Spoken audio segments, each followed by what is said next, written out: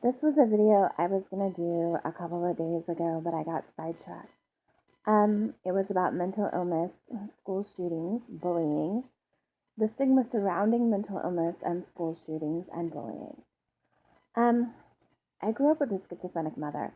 My mother was diagnosed with schizophrenia when I was just a little girl. I grew up with an understanding that there was a difference between my mother and her disorder.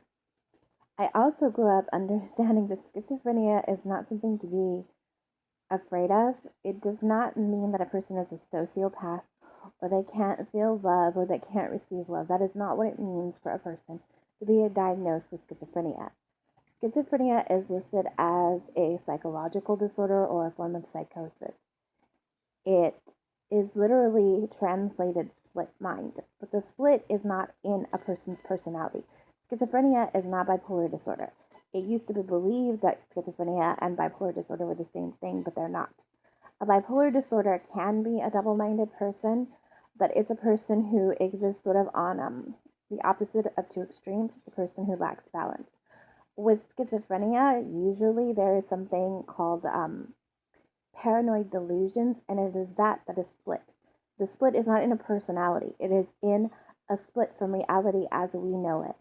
A schizophrenic person, a lot of the times, is literally a prisoner of their own mind. And as someone who really loved her mother and really saw her for the person that she was, there is a lot of misinformation being spread around the internet about what it means to be a person with a mental health diagnosis.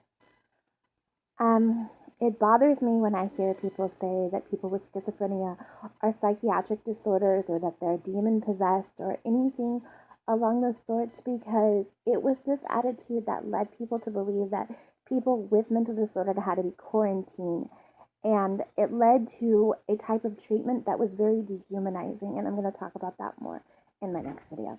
Thank you, and I have choir practice today, but when I get back I will expound on this a little more. Okay, thank you for watching.